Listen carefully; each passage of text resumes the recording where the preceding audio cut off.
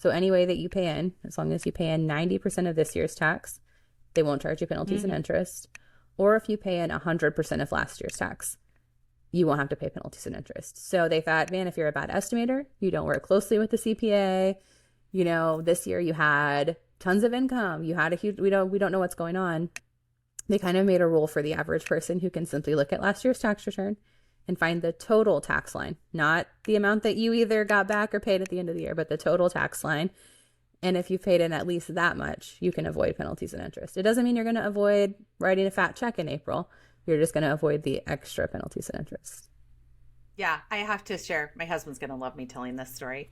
But it was our year-end tax payment. Was it last year? And I actually recorded the video of him when I told him what we were going to owe, just because like I knew the reaction was going to be visceral. And it is like still one of my favorite videos. And he's just sitting there and he's just shaking his head. And there's like all this silence and just, oh, it's the best ever. I still go back and it makes me laugh because yeah, it's a chunk of change that we end up writing. But you know what? That means, like, again, we're making money. Speaking of allocating that money smartly and strategically, let's talk about retirement planning. Because you think, lady, I'm just trying to make money for today and make my payroll or get my contractors paid or whatnot. Yes, rule number one in business, pay yourself first or you're not going to get paid. Like, we have to do this. And part of that is retirement planning, because you don't want to be the poor little old lady living on Social Security only. And even if it's a small amount, where do I start if I'm an LLC? Let's say we've done, I don't want to say the correct thing, but I think we both say the smart thing. And we're not a sole proprietor, we're an LLC.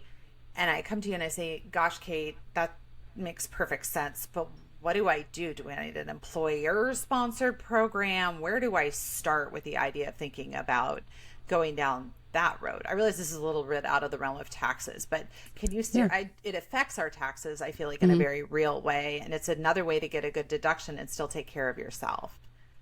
Yeah, so my first advice would be find a financial planner that you enjoy. Right. I know a little bit about the retirement space, but I am certainly not a financial planner. So the first thing I would say, talk to a financial planner and let's have a conversation. It's almost split. Your tax preparer can help in some cases tell you what kind of deduction you're going to get for a contribution and your contribution limits, depending on the plan. It's based on a percentage of your income. But your financial advisor is going to be the one to say, great, what are your plans? Are you going to have employees later?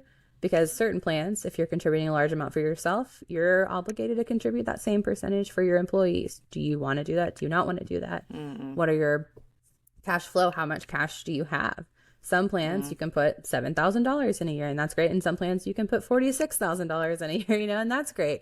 So what does our cash flow look like? That's going to depend on what kind of plan we have. And then kind of our overarching, our lifetime goal, I would say. Right, there's some debate between traditional retirement plans and a Roth retirement plan. Right, so a Roth, the money is taxed today.